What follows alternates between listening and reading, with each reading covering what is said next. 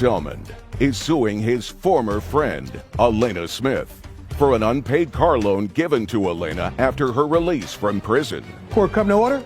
All rise. Have a seat, everyone. Hello, Judge. Case 2166, Hammond versus Smith. Thank you.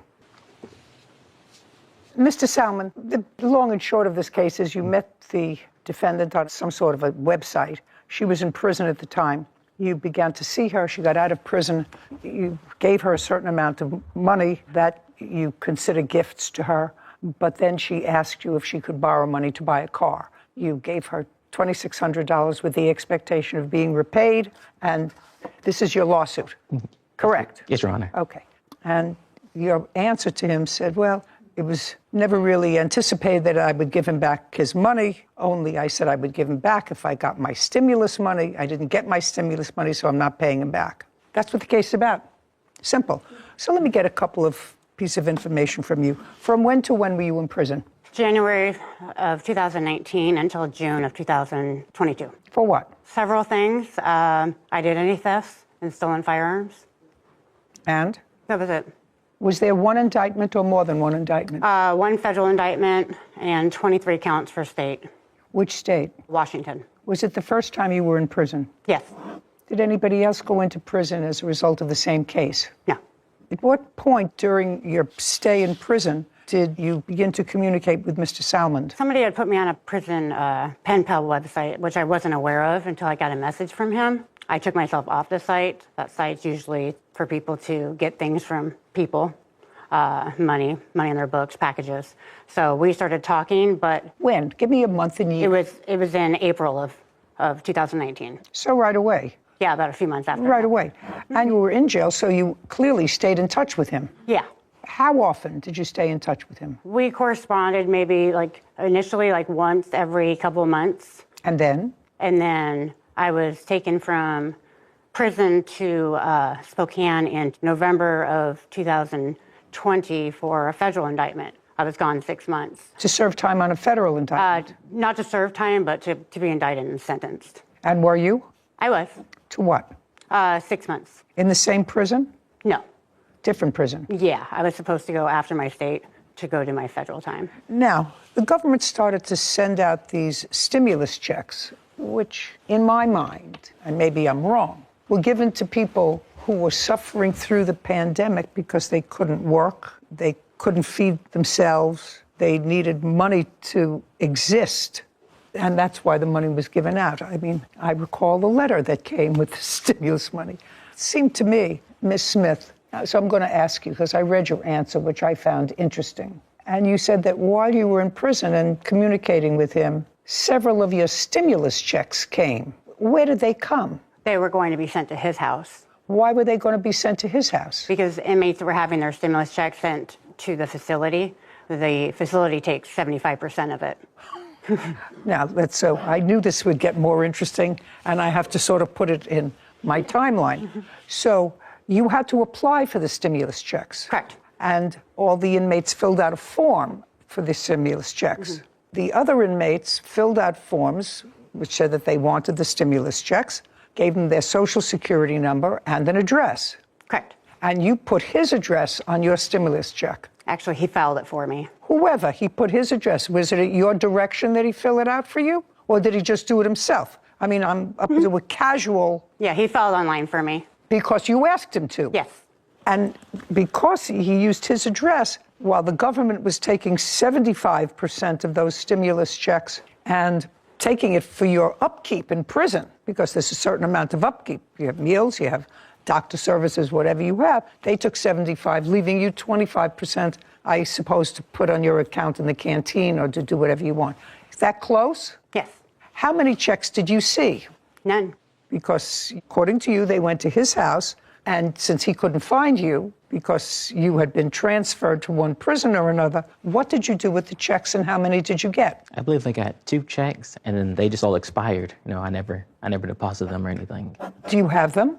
No, ma'am. Where are they? One of them I sent back. And where's the other one? Just throw it away.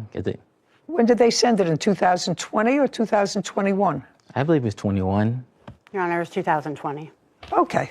But you never cashed any of them? No, ma'am. Good thing. Very good thing.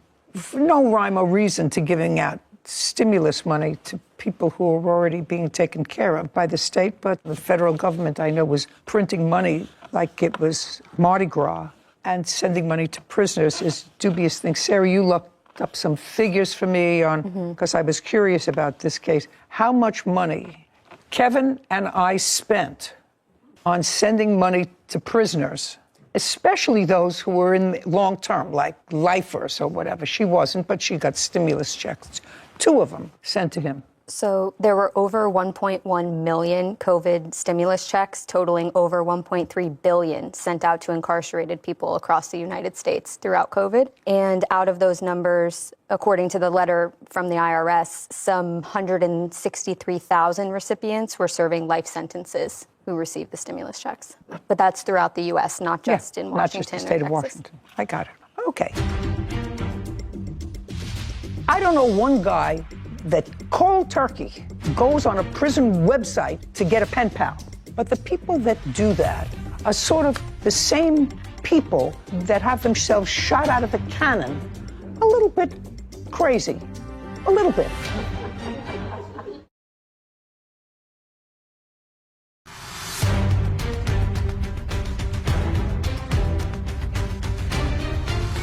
Stuart Selmond claims his former friend, Elena Smith, owes for a car loan he gave her after she was released from prison.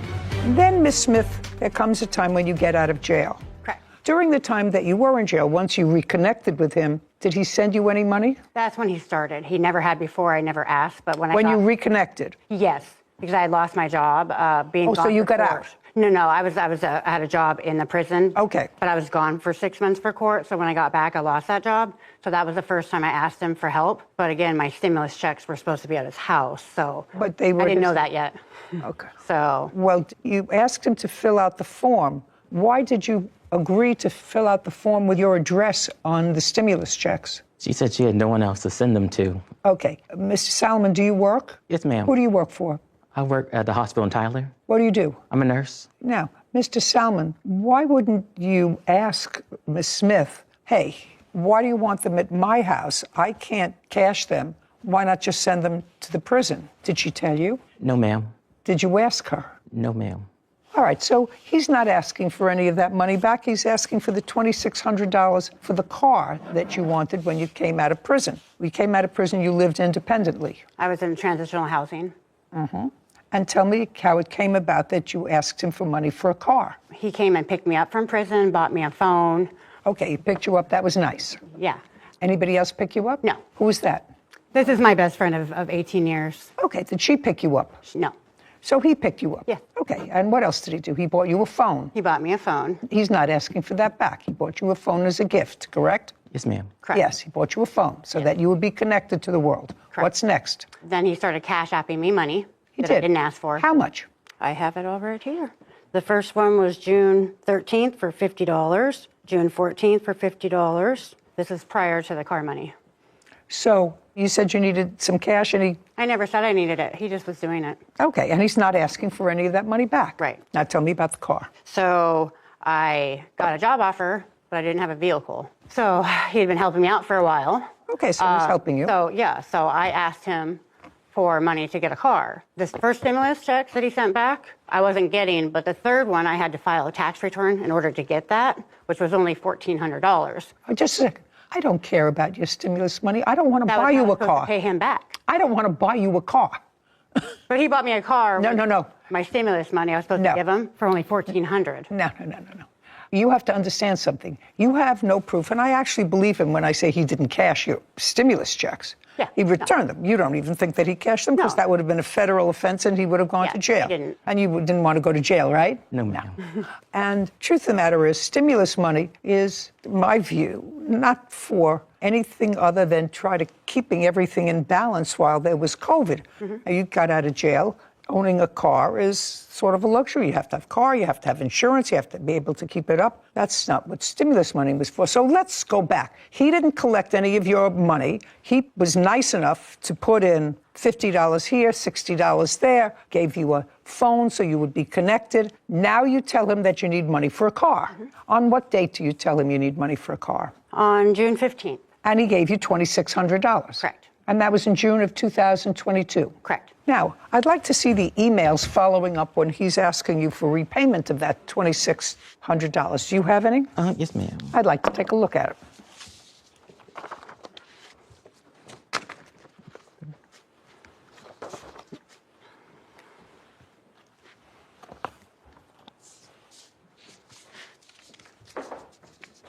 Where is the car now? It was totaled. It was a recent car accident. When? December 2nd. Who was driving it? I was driving it. Did you have insurance on it? Yes. Did you hit another car and the other car hit you? The other car pulled out in front of me and I hit them. They were at fault. The insurance payout on the claim? Mm-hmm. To whom? To myself. How much?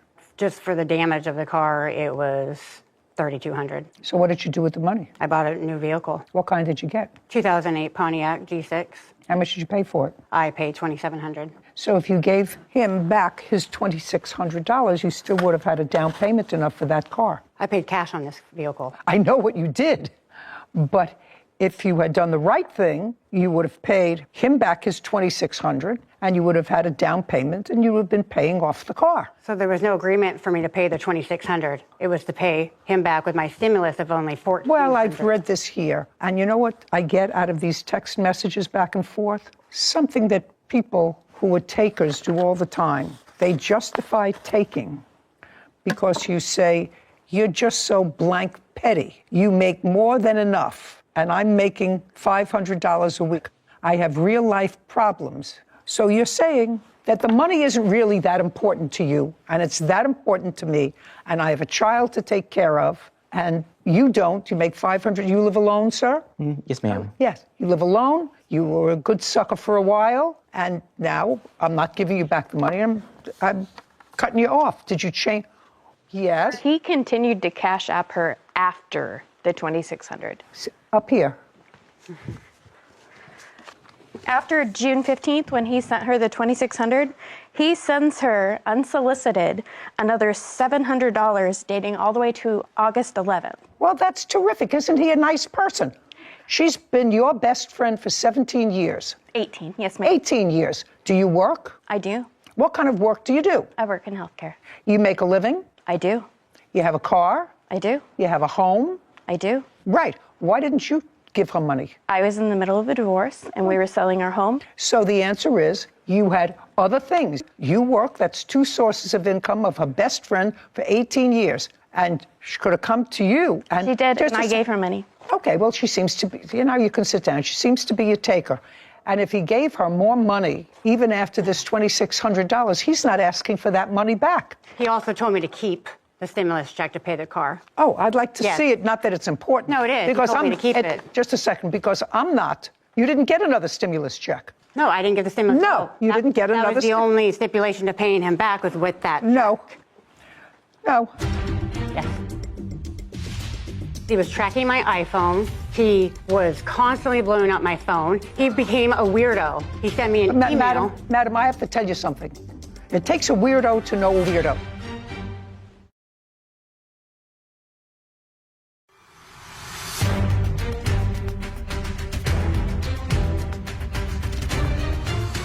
Stuart Selman has accused his former friend, Elena Smith, of refusing to pay back a car loan. Elena claims the car was a gift after she was released from prison. He was being a really nice guy. I sent you money so you and your daughter can do some stuff, like you can get some of your precious Papa John's. Seemed like a nice guy. She never asked for any of it. She even had him Just a blocked second. during that. She spent it. Yeah. Just a second. She spent it. Do you know, there are times when I remember both myself and other family members erroneously received money. I don't know if it ever happened to you. Okay. Erroneously, a deposit comes into your checking account. You don't know where it comes from. Well, somebody put it in there mistakenly, right? This wasn't mistaken. Just a sec. Same theory, madam. Somebody put it in there mistakenly. Well, you can either report it to the bank and say, I don't want any more of this money. It feels uncomfortable to me. Or you can say, listen, I'm going to hold this in my account and see if they come after it, see how long it takes them to find it, right? Or you can do the honest thing. You pick up the phone and you call and say, this money doesn't belong to me and I'm not going to spend it. Similarly, even though the money was unsolicited, your friend was a user. Your friend was a user. She started out by saying, people use these online websites for prisoners because they want stuff. Is that what she said in the beginning? I also said I took myself off of it. I didn't put myself on it. Just a second. Whether you did or did not, I don't know, but you certainly benefited from it. How? You took his money. Was somebody that you met, you took, according to now you said $50 twice is what he sent. Now your friend says, oh no. This is after. Oh no, I know exactly what you said, madam. I know exactly what you said. You said, no, that was after the $2,600. But for somebody who says, I wouldn't want to be in that site because other people were using that site to get people to give them things, and I took myself off that site, well, there's no further reason for you to stay on the site. You had your sucker. No. No. This is Hold on. after she came out of jail. It took 3 years. 3 years for me to ask him for anything. So if I was going to use him, it would have been the entire time. I stopped having communication with him because he was tracking my iPhone. He was constantly blowing up my phone. He wanted to have me do inappropriate sexual things to him. He became a weirdo. He sent me an email. Madam, I have to tell you something. It takes one to know one. It takes a weirdo to know a weirdo. No. If you're in prison, No. to me, No. maybe not to with you. the things that he asked. Sit. If you're in prison, a woman in prison, you said the women in prison go on this line so that people, weirdos. I mean, I have a very large family, really large extended family. I don't know one guy that cold turkey goes on a prison website to get a pen pal. I don't know. I'm sure that there are people that do that, but the people that do that are sort of the same people in my mind, and I know it's an old mind, are the same sort of people that have themselves shot out of a cannon or will jump off a 9th-story building with a parachute and see if it works. A little bit crazy. A little bit. You know, right? Even when you marry somebody who's doing a life term in prison, I think it's sort of an interesting story. I wouldn't recommend it for my granddaughter.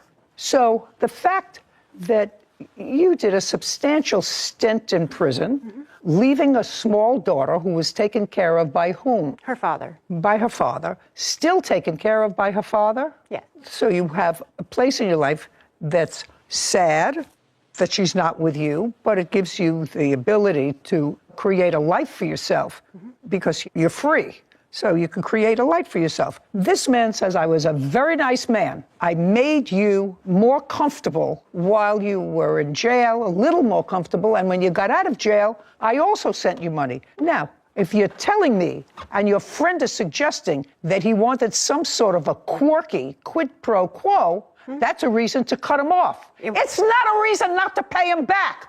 Judgment for the plaintiff in the amount of $2,600. We're finished. This court is adjourned. But we were just friends. You know, she just said a lot of things that weren't true. Like, I never asked anything from her. And I I thought he was lonely. He goes on vacations by himself. He has no friends. I didn't keep cashing after I was blocked and stuff. So Thought he wanted a friend, and he was trying to buy my friendship, obviously. no reason. She's just making stuff up. No character assassination. Right after my release from prison. Be careful you loan money to. Don't get a pen pal. No more prison pen pals. So this is something they don't teach in law school. I'm ready. If something doesn't make sense to an otherwise sensible person, you have to know there's a gimmick attached to it. You know, if something walks like a duck and quacks like a duck, it's a duck. Yep. Now it may be a mongoose, but if you'd be pretty safe in saying, you know, walks like a duck, talks like a duck. So it's not a duck, it's a mongoose. But if you come from a relatively simple background and you know a lot of people, and you don't know anybody who's pen pals with a prisoner. There are a lot of people, because there are lonely people. People in prison are lonely. And there are sometimes lonely women who start to communicate, even just from a sympathetic Good Samaritan kind of coming from that direction.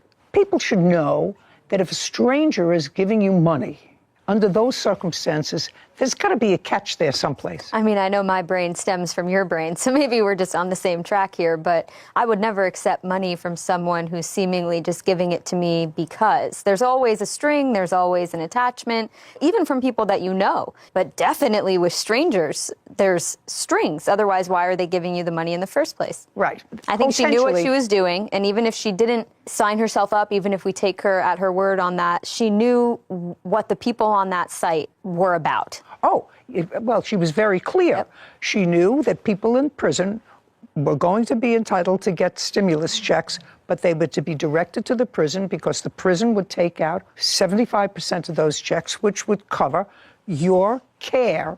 The So government's still taking care of Yeah. you, but they're not taking care of you twice. Yeah, so basically the government is paying twice for you.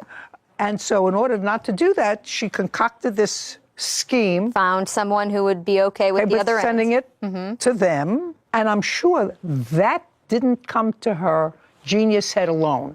Somebody in prison said, this is what you do in order not to keep the 75%. If somebody else do it, your girlfriend, your sister, your mother, whoever. Robert Ritter is suing homeowners Jeff McNally and Angela Klingenberg for property damage. Court come to order. All rise. Have a seat, please.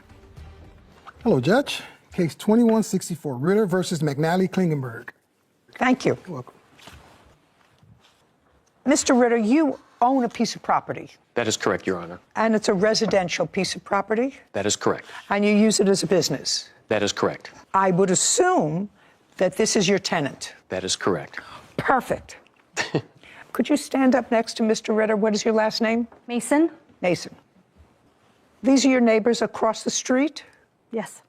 I live side by side. So you're side by side, not across the street. I live across the street. Now, there came a time, Miss Mason, that you heard something that was unusual. Can you describe what you saw? I was startled by the sound of a big thud and my dog freaking out and ran to the window. And so I jumped up, ran to the window where the dog as well was running toward, and looked out the window and seen the truck that had just hit the air conditioning unit. Can you describe the truck? A white truck pickup? Had you seen that car before? Yes, in the driveway next door to me. So in his driveway? Yes, Did you see who was driving the truck? I did. Was it Mr. McNally? It was not. Who was it? The young lady beside him, friend Miss across the street. Klingenberg. Yes. When you looked outside, what did you see the truck do next? As I looked out the window and made eye contact, I seen... With her? Yes, I seen Jeff at the back end of the truck, right by the AC unit, kind of backing her off a little bit, kind of gave her a raised hand. So he was out there as well? Yes, positioned behind the truck. What did you do? Well, I jumped up and then I ran and actually grabbed my phone to take pictures because I did not want to be responsible for what had just happened to the air conditioning unit. As I could tell, it had been moved and hit. Do you have those photographs? I did send those to Bob. He has pictures of those. Kevin? Yes. Want to get them? I immediately texted Bob as well, letting him know. So that day, the Yeah. 20th of August, you went, took photographs of the truck? Yes, ma'am, and the yard and the air conditioning unit. Okay.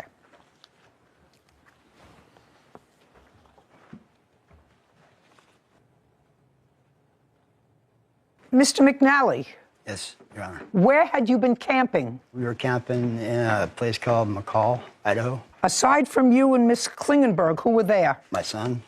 See how easy this is? It's going to get easier. Do you understand? Okay. Now, is this your girlfriend? Yes. Okay. Now we got that clear. This is your girlfriend. You and your girlfriend were camping. Your son was with you. And what you were doing that day was you were trying to unload the truck with the camping gear, correct? Correct. Is the camping gear heavy? Yes. So somebody was driving the truck and somebody was schlepping the stuff out of the truck to put it away, right? Correct. Now, Mr. McNally, you don't want me to believe that either you or stand up, or this guy were just twiddling your thumbs and you backed up the truck so that you left Miss Klingenberg to empty the truck, right? You don't want me to believe that. No. Because that wouldn't be true.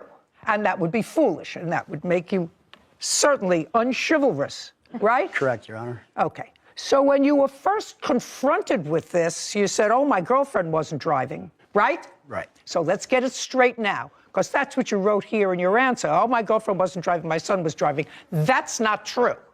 I don't know why you would choose to say my son was driving, not my girlfriend, unless she doesn't have a driver's license, because otherwise there'd be no difference whether your truck was being driven by you or your son or your girlfriend. Do you understand? No difference. Your truck being driven with you around hit his air conditioning unit. So what difference does it make? You have a driver's license? I do not. There you go.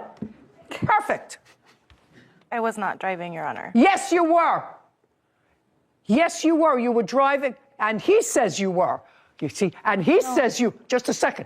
You didn't see his face just now. He says you were. Now, how did I know you didn't have a driver's license?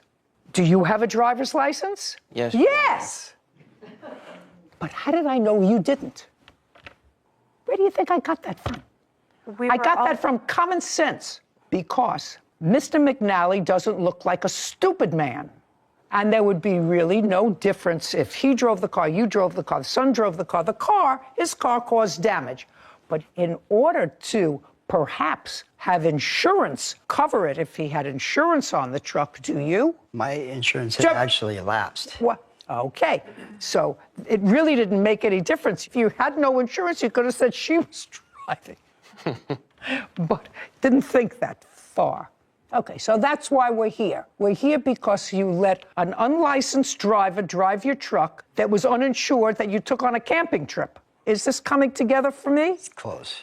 So now we got that straight, right? The next thing we have to take care of are the damages. I see that the outer part of this air conditioning unit was definitely hit. Now, the outside is merely a cover. So I need some evidence that this damage that he caused while she was driving damaged the mechanism of the air conditioner, because you replaced the unit and you want him to be responsible for the unit, right?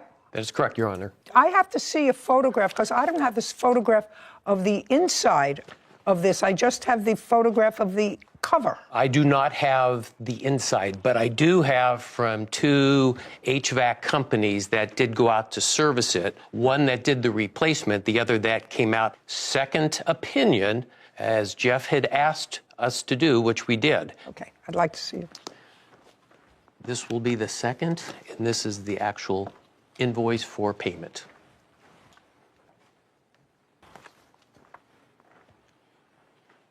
Oh, this is the second opinion. This says, second opinion call, 4-year-old Goodman air conditioning unit has been backed into. The unit has permanent damage to the condenser coil. Well, that's the unit itself. That's just not the lipstick on it. That's the guts of it.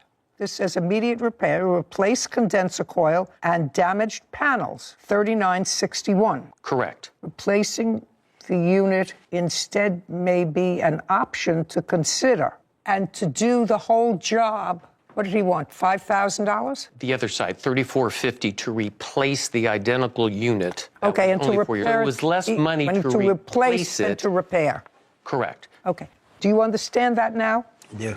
Okay. Thank you, Your So, Honor. based upon your request, he got a second opinion. Second opinion was for more money to repair. He chose the lesser of the two, which is to replace the unit.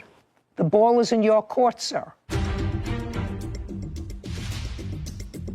Garrett was actually driving. I don't believe it. You've had some time to reprocess it all. You would have had the boy, that's what you raised them for, strong boys. You wouldn't have said, well, you just sit in the car while my girlfriend unloads it. Take the hair out of your eyes so I can see your eyes. Perfect. And later today, I want to know how much you received from the insurance company. $874.53. Then can you tell me, I had a check from the insurance company, which was a little over $1,300 from their appraisal. No, that's incorrect. Well, that's what you wrote, madam. That's your signature, that's what you wrote.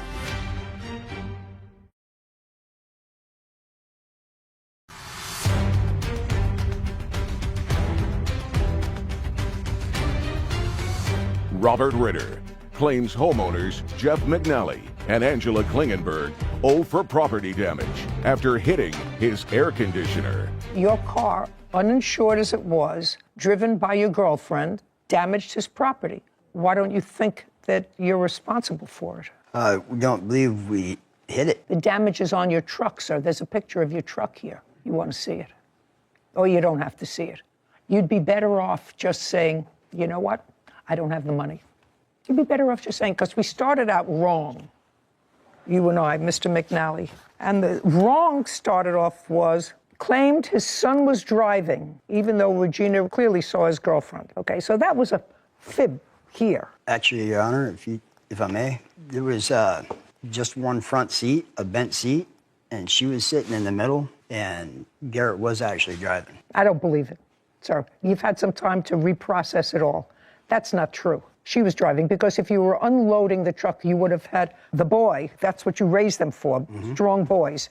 You wouldn't have said, well, you just sit in the car while my girlfriend unloads it. You wouldn't have said that. Put your hand down.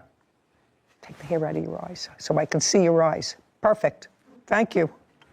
Judgment for the plaintiff in the amount of $3,800. It's not a good idea, Mr. McNally, to show your son that it's the right thing to do, not to tell the truth. That's a very good lesson that parents should teach their children right from the get-go. And accepting responsibility for what was clearly an accident. I mean, she didn't mean to back into his air conditioner, right? Right. It happened. It was an accident. That's why they don't call it an on purpose. It was an accident. But once you have an accident, you have to accept responsibility.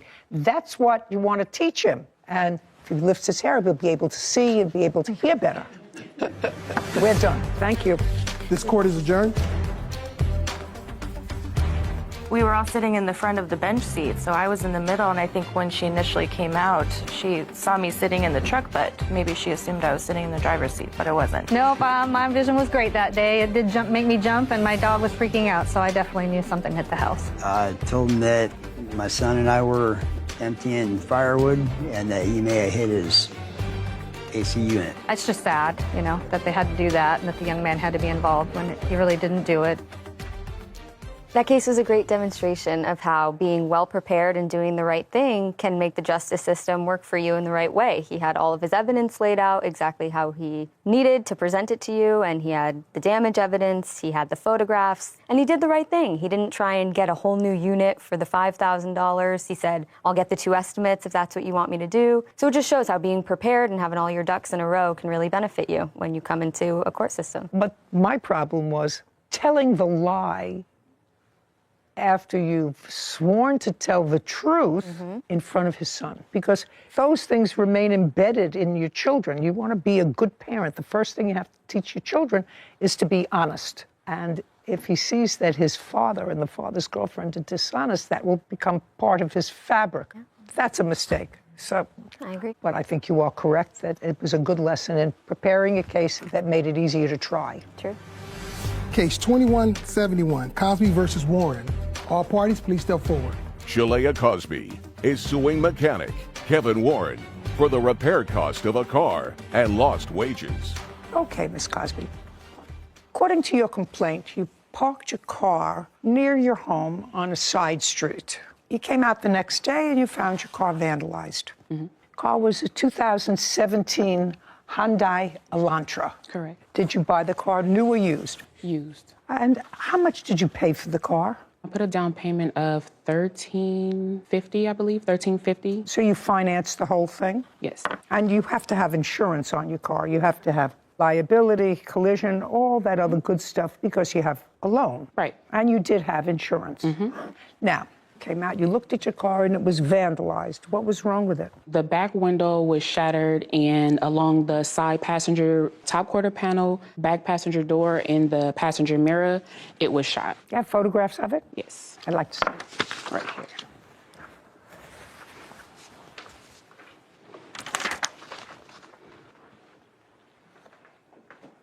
Okay. Did you notify your insurance company? I did. On what date?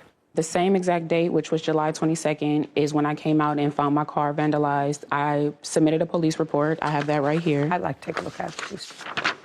And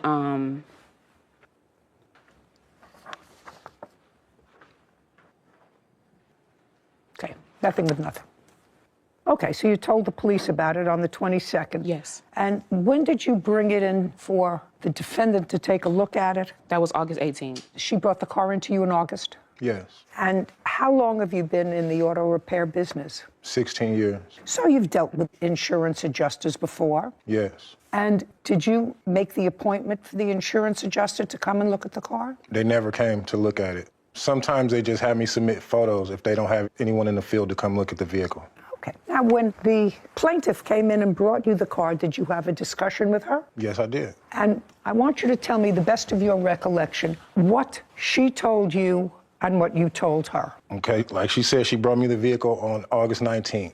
And she told me she took it from another shop. She had a problem with another shop getting the repairs done. Tell me what kind of problem you had with another shop. It was no problems with the other shops besides they didn't want to do the estimate on it and told me to talk to my insurance about it. And my insurance told me to find my own shop.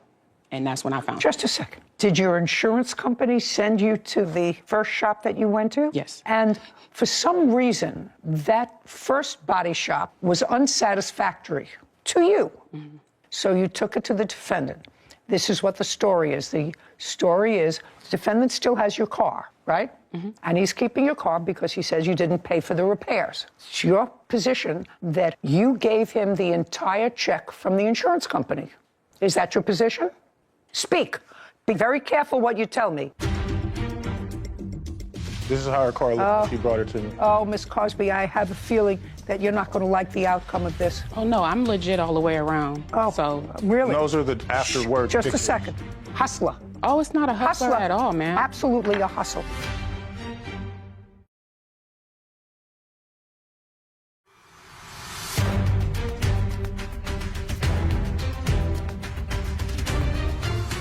Shalea Cosby claims mechanic Kevin Warren owes for the repair cost of a car and lost wages.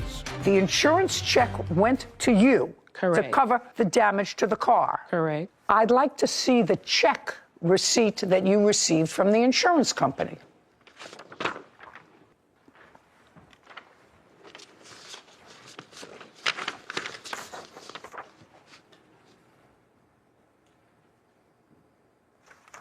Look, we're going to have trouble with each other, madam. Do you understand? This isn't the only check you got from the insurance company.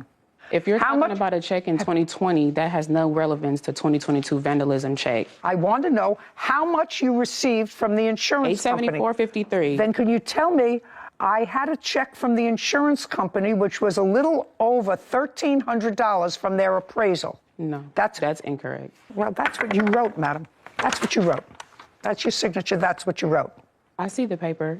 The totaling was $1,374.53. I didn't receive a full $1,374.53 check from my insurance. I received $874.53 and had to pay my deductible of $500. When you brought your car into Mr. Warren, tell me what the conversation was. Before I got to him, I let him know what was going on, what I was going through. No, not let him know. I asked you what you said to him and what he said to you. First of all, you didn't like the first place that the insurance company sent you to. I don't know why. All I know is when you're dealing with this kind of thing, everybody's trying to make a little bit extra. And it's been my experience, and maybe I'm wrong, that when you have a little accident, you take your car into a body shop. Very often, if that's their business, they say, this is what you want fixed, this is what the damage was. And the person who runs the body shop or the owner of the body shop will say to you, I'll take whatever the insurance is, I'll work with the adjuster. Mm-hmm. That's what they usually do. Correct, sir? Yes. Yes. And in this case, is that what happened? No. Is what I'm asking you. Because your complaint is that he has your car, won't give it back because he's put a mechanic's lien on it because he says that he did $6,000 worth of work on the car. He did work that was not approved by me nor my insurance. I'm just telling you. That's what he says. He did $6,000 worth of work on the car. Okay. Okay? But I have to tell you, Mr. Warren, that has been my experience, and I'm very old, that when you take a car in that's been in an accident, they say, you know what, I'll work with your insurance company. And we all know what that means. That means that whatever your insurance company gives you, they'll send me the check. That will be what I'm going to accept for the work. Now, what you're suggesting is that she authorized you to do $6,000 worth of work, and you didn't speak to the insurance company. I spoke with him plenty of times. Oh, what did they tell you that they were sending her? I have it here. I'd like to see it. I have 3 estimates here. No, I want to see from the insurance company. They're the insurance company estimates, not mine. I'd like to see it. Okay, here's the first one. Like she said, when she first brought her car to me, she had this one already for $873.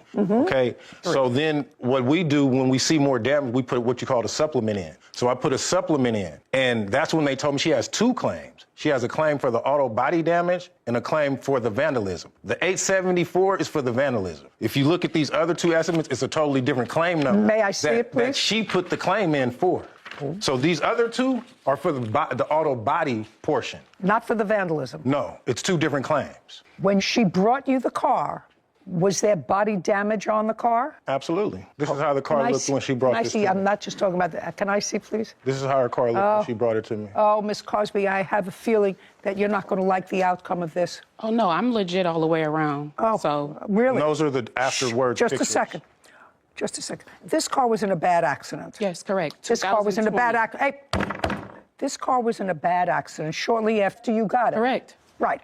And you got a check from the insurance company to fix this. Correct. How much was the check that you got from the insurance company to fix this? The total in amount, I'm not sure, but I think it was like 2001 or 2002. And you didn't have it fixed. No one wanted to fix it. Well, he fixed So it. Just a second. Hey, Miss Cosby, he fixed it. Without my approval. What did you do with the $2,000? Oh, I paid my own personal bills because no one wanted to fix the car, so I have to keep living. Your case is dismissed. Okay.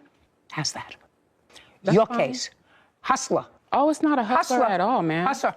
Absolutely a hustle. I actually think you're a hustler. That's why I'm not helping you. That's fine. Because you had an accident in 2020, you got a check from the insurance company to fix it. I don't know how much that check was because you don't have a copy of that check. You brought the car into him and said, now I have a broken back window.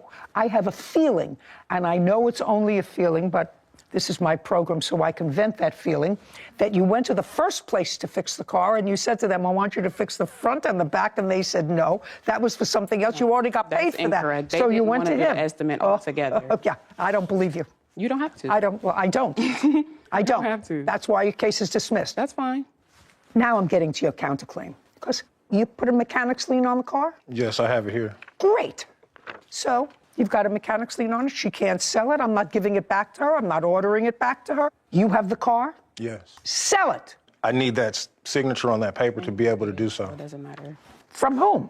From her. Or you can sign it just to say. Oh, I can't. To turn over. Oh. That says she has no more interest in the car. I can't. She does have an interest. The car's got a lien on it, sir. Absolutely. Okay? You're going to have to pay off this note. Do you understand? I don't think you're going to be able to get the money after you pay off the note. But you fixed the car. Absolutely. And I think that you're entitled to money for fixing the car on your counterclaim. She's going to pay on your counterclaim because I'm not sure whether you're going to be able to get any money on this car. I don't know what's going to happen with this car. I'm just not returning it to her. Do you understand? Yeah. I'm going to try to make you as close to whole as you can be because I think what happened to you was a hustle. That's what I think. Usually I don't side with mechanics. It's just been my experience. But I think that... I'm glad you changed today. I think that this is a hustle. $3,800, judgment for the defendant on the counterclaim. Thank you very much. We're done. Adjourned.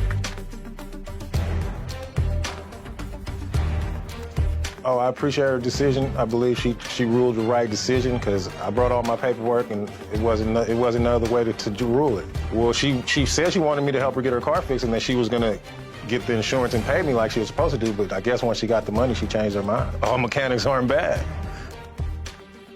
That was a surprise. That was. For me.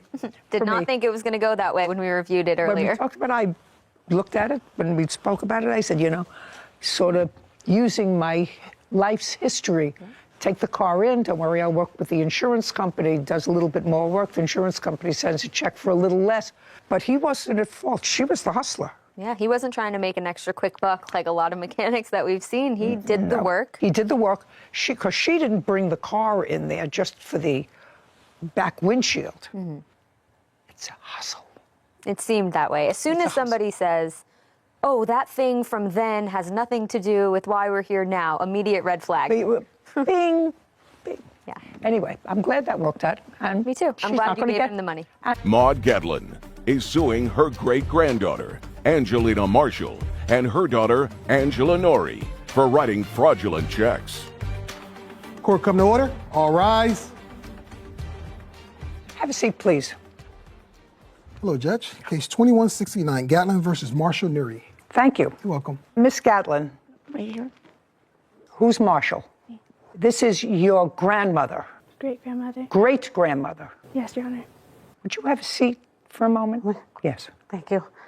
And this is My great-aunt. your first name is Angelina? Yes, Your Honor. And you said that this was your great-aunt. No, she's my great-grandmother, and then the other lady is my great-aunt. No. Who is the plaintiff? My great-grandmother. Well, that's what it says in the complaint. I didn't understand it when you said that was my great-aunt. Sorry. Okay. How old are you today? I'm 18. When did you turn 18? September 24th. Prior to your turning 18, you had a job? Yes. Doing what? Being a food associate worker. How long were you working there? I was there for 5 months. And how much were you making an hour? $17. Who were you living with? My grandmother. And Miss Gatlin, is Miss Nuri your daughter? Yes, she's my oldest daughter, yes. That's what I thought. Because you were working, you wanted to start a bank account. Yes. Yes, Your Honor. And you asked your great-grandmother whether she could help you do that because you needed a cosigner. No, she actually offered if. Okay, well, tell me about it. Well, I was helping her move some stuff into our apartment, and then. You were helping her with? I was helping her move some of her stuff into our apartment because at the current time she needed to live with us, and I was helping her out. Your great-grandmother was going to be living with you? Yes. And what month was that? June. June of? 2022. So you were helping her move some of the things into your house? Yes. And?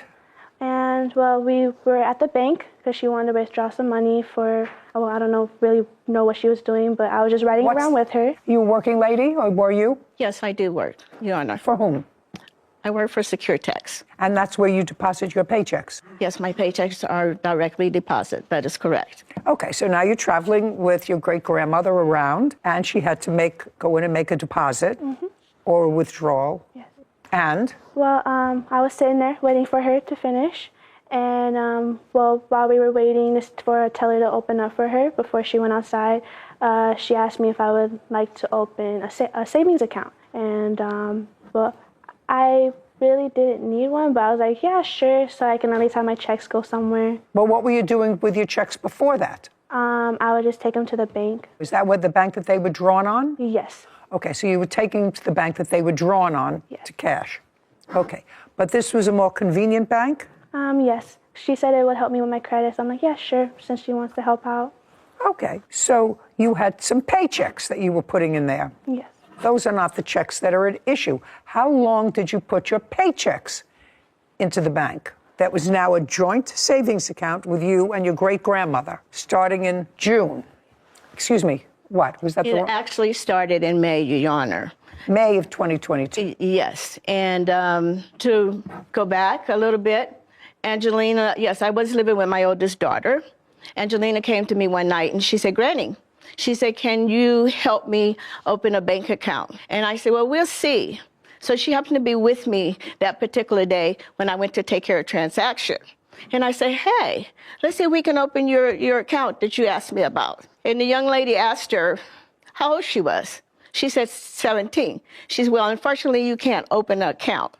She said, but you would have to need a co-signer. Yeah, she said, Miss Gatlin, she said, since you've been banking with us for a while, Angelina can open up a junior account on your account. So I said, oh, okay. Great.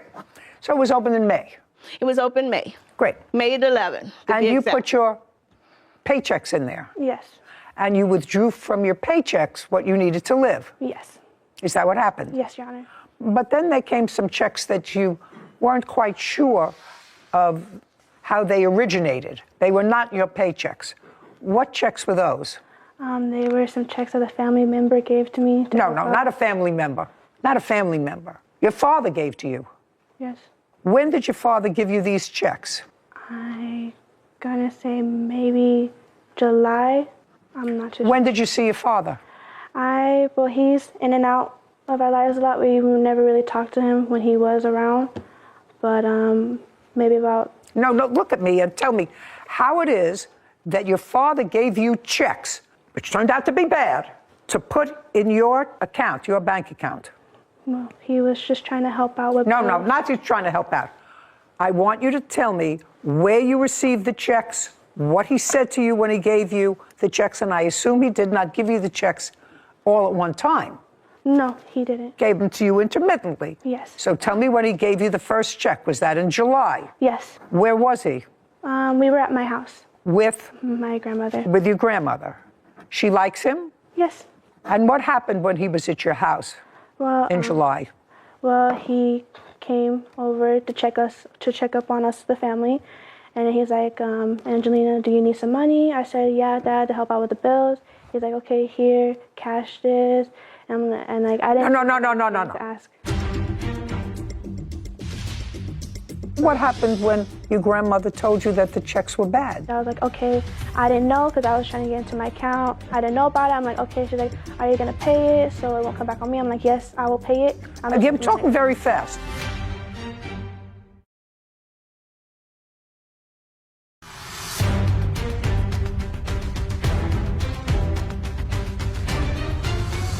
Maude Gatlin claims her 18-year-old great-granddaughter, Angelina Marshall, used her account to cash fraudulent checks. Okay, now, according to you, your father's been in and out of prison. Yes.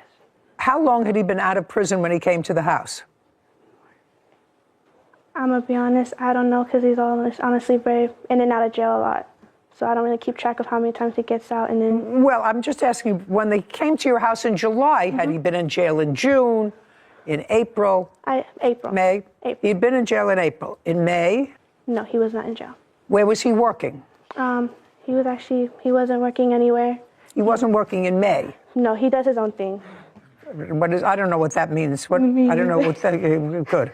Was he working in May? Was he working in June? No. When you say he was doing his own thing, this own thing that he was doing did not produce paychecks. I don't get into my father's business. So I wouldn't know. So you took these checks. Do you have a copy of the check? Anybody have a copy of the first check from? I only have one. All four of them is there.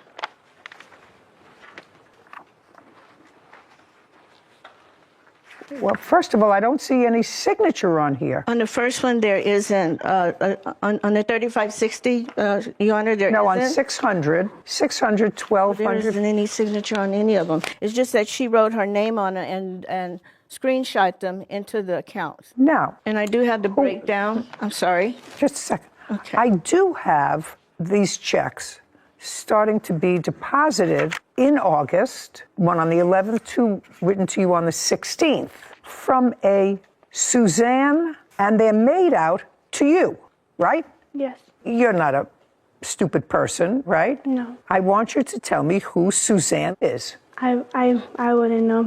I swear my dad just gave them to me and told me to cash them. Well, Miss Marshall, you have checks that are made out to you from a person that you don't know, not from one of your work checks. It's made out to you. It's signed by somebody who you work for. It indicates the number of hours on the stub. Do you know what I'm talking about? Yes. This is written by somebody that you have no idea who it is. Now, a person with a modicum of intelligence that has an unsigned check would say, who is Suzanne? Are you telling me that you didn't ask that question? No. No. Now, when you signed the checks, because they had to be signed, right? Yes. Whose name did you sign? My name. Well, the checks are made out to you, which means you could have cashed them. Am I missing something? So her name was docu-signed on these checks, and she merely endorsed them? Is that what you're telling me? Basically, what I'm seeing from what the bank told me, she put her name on it, put the amount that she wanted to withdraw, did a screenshot, and got the money. Okay. Now, there did come a time when you found out that these checks were bad checks, right? Yes. And that they were going to hold your great-grandmother responsible for those checks because you already took out the cash and you spent it. All of it, not your pay. You may have taken out your pay too. I'm going to ask you a very serious question. Did you give your father any portion of checks that he gave you? Did he say to you, well, this is work that I did for this woman, so if you cash them, you can give me some and you can keep the rest? Think carefully before you answer my question. No, Your Honor. So he just said to you, take these blank checks, fill them in, and deposit them. No, he's the one that filled them, and he just told me this. I'm like, I looked at him, I'm like, Dad, are you sure? He's like, trust me, Lena, they're fine. I'm like, well, why would you trust him? What does he go to jail for? Way different stuff from the... Sounds like a dreamboat. Well, so now I'm going to ask you. You took this money out, and what'd you do with it? Paid bills, bought stuff I needed for my daughter. Like what? Diapers, clothes, shoes, saving just in case I needed some more stuff for her, but I really didn't save. Took her to places just to get her out the house, and, well... Well, what happened when your grandmother told you that the checks were bad? Did she tell you at one time that all the checks were bad, or did she tell you over a series of times? She told me twice. The first time was $400 something. I was like, okay, I didn't know because I was trying to get into my account. I didn't know about it. I'm like, okay. She's like, are you going to pay it so it won't come back on me? I'm like, yes, I will pay it. You're talking very fast. Sorry. I said to my grandmother, and my grandmother said to me, $400 is they're discounting because it was a bad check. And that must have been one of the first checks. Yes. And you said? I told her I will pay it back once my next paycheck goes through. You will pay back what? The $400. I'm not exact how much it was, but I know it was $400, maybe 50 something. So now you know that the checks that your father was giving you are bad. Yes. That's with only $400 in it. Because you said to her, well, I'll pay you back because you've been using that money to take care of you. Yes. In addition to the money that you're earning. Yes. You were using the money that your great-grandmother was earning to take care of you. So now you find out that the checks are bad, but your father gives you other checks. Did your father give you other checks? No, well, not after everything happened. Because once everything started to happen. No, when he gave you the $400 check and the $400 check was returned, and you said, I will replace it once I get to work. There is more than one check here. Mm-hmm. Why did you continue to deposit checks? Well, when they all came back to me about, negative this, I was like, okay, what's going on? I checked and it said how the checks were bad. Again, I didn't know that they were bad, so when I saw it, I was like, okay, I had to find a way to pay it back so, my great-grandmother won't get mad and no one else will have to get involved. Do you want to tell me how much you owe the bank? Okay, Your Honor. I went to the bank on the 23rd. No, just tell me how much you owe to the bank. It's $3,600. That's what they did. Okay. At this time, I've been paying on it. At this time, it's $2,300 and some change. I'm sorry. But you've been paying on it. Yes, ma'am. And it started at $3,600. Yes, ma'am. Did your great-granddaughter pay you any money towards it? No, she did not. Why not? Well, I was going to pay it back, but then she had my Aunt Janae come into my house and take a lot of my electronics. I would have said to myself, this doesn't look right. I don't know, or I have to ask my father, who's writing all these checks. Is she somebody he works for, or is it somebody whose checks he stole?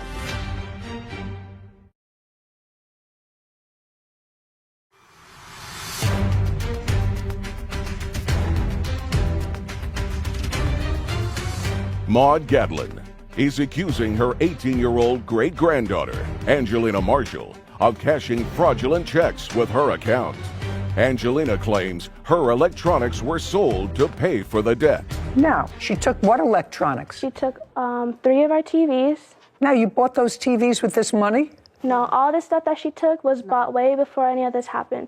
My PlayStation, my daughter's tablet, my Apple laptop, my daughter's laptop, 2 of my speakers, and 3 of our TVs. And did she sell them, do you know? From what I know she's probably sold a little bit of it. I'm not really sure. Well, then I think that's something you have to take up. You can take that up with your aunt. And that's how we start putting some of the money into the bank, of the $430. It was from some of the electronics. Okay, so with regard to the $3,900, you paid off $400? No, it was $3,600. And when I seen it that day, I looked on my phone. It was $3,000 and something. I went to the bank and asked them, what in the world is going on with my account? No, I got exactly what happened, and I've laid it out. After you sold the electronics that your daughter took. Yes, Janae. That your daughter took from their house, and you sold them. How much were you able to put in the bank with the sold electronics? It was $430, and she didn't take it. She was told to take it. I don't care whether she took it or not. It doesn't matter to me. $430. And they deleted all of my different accounts that I had within my accounts of $103 and $107.53.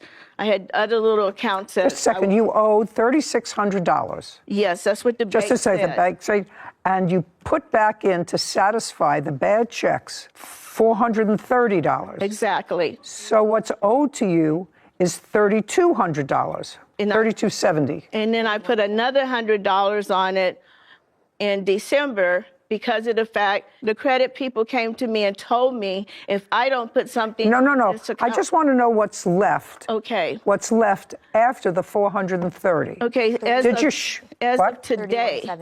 3170. Thank you. 3,600 minus the 430. Yeah, great. Thank you. Okay. As of today, it's $2,252.04. I am going to make you whole. Okay. Not the money that you paid in yourself. Okay. What I want to know is how much money you paid in. Zero. No, I did pay some in because of my paychecks that did go through at the time after everything happened because I did continue working. No, these were bad checks. These were the bad checks. They're owed $3,600. Yes, but I did put a little bit money in. Well, how much? Only one of my checks went in, which was probably not even worth $100. Well, I'm not interested in it. It was then I'm not interested in it. $62 to be exact. Sorry. I'm not interested in it. Virtually no money, with the exception of perhaps one paycheck, which amounted to about $100, was put in by you. Yes. Is that right? Yes. Okay. So the question is whether I believe that, A, you knew or should have known that these were bad checks. And I think you're a pretty smart girl, given your father's history. He gives you these checks, 2 in one day, one's for $1,200, one's for $600, one's for $300. You say, Dad, where'd you get this money from? And if you're putting your money into the bank, your money from work, which is a very good thing, that's fine, but I'm going to save up that money. I'm not going to buy electronics. I'm not going to buy anything else for the house. What I'm going to do is save that money, or at least see what happens with it. So I would have said to myself, this doesn't look right. I don't know, or I have to ask my father, who's writing all these checks. She's somebody he works for, or is it somebody whose checks he stole? Do you understand? Yes, Your Honor. Great. Judgment for the plaintiff in the amount of $3,170. Thank you very much. We're done. This court is adjourned. What they did to us was way worse than what I did to them. It was very hurtful, and I'm still in the stress mode about it. They took all of our electronics, our TVs, my PlayStation, laptops, and speakers. The truth is, I have a video showing that my niece actually voluntarily gave me all the electronics to be taken care of. She said she was going to do it, and she wasn't going to do it, which is the reason why I took the items to have everything taken care of for my mom. My thing is, the property that she took, we bought that a couple of years back. And that shouldn't have nothing to do with what's going on now. We're not happy people. And, to be honest with you, because of the fact that they did our mother like this, we don't have anything to do with them. Well, all I can say is she'll never see me or my child again. And that's generations going out of her life over some petty stuff that could have been dealt with easily. I don't know if it can be solved. God will be that answer. Don't do your family wrong, even as much as you love them, because they raised me with her since I was 4, and they still did me wrong growing up, and they still did me wrong today. You can't trust anyone in your family, but that doesn't mean don't do them wrong. Because I never thought my family would do this to me. Another great lesson in the dangers of co-signing anything for a car, for a dog, for a bank account, because I'm sure the great-grandmother plaintiff would not have accepted checks from her previous son-in-law, knowing his background and knowing, at least she would have asked the follow-up question. So I understand the daughter's position of, hey, I know what he's been involved in, I don't want to be involved, but if that's your stance, you can't benefit from taking checks that you know are probably dirty. So, and unfortunately, the grandmother didn't get a crash course from us on the dangers of co-signing on a bank account. Because they can not only evidently go into your bank, Yep. that particular account, but they can attach any other Yep. account. Like she had said, they drained all of her other accounts to fulfill the debt. So there's real dangers in co-signing. Burke is suing her former friend, Freya Brown, for vandalizing her car and an assault. Court come to order. All rise. Have a seat, please. Hello, Judge. Case 2186, Burke versus Brown. Thank you. Ms. Burke, I understand that you and the defendant met when you were both in foster care. Yes. How old are you? 19. And how old were you, if I can ask you these questions, if you're uncomfortable, please let me know. How old were you when you went into foster care? 16, I believe. Were you originally placed in group homes? Yes, and through Orangewood Foundation, as well as transitional housing programs. When did you start transitional housing from group homes? I started that when I was 17. That was in 2021, where I was roommates with Freya, and we lived there.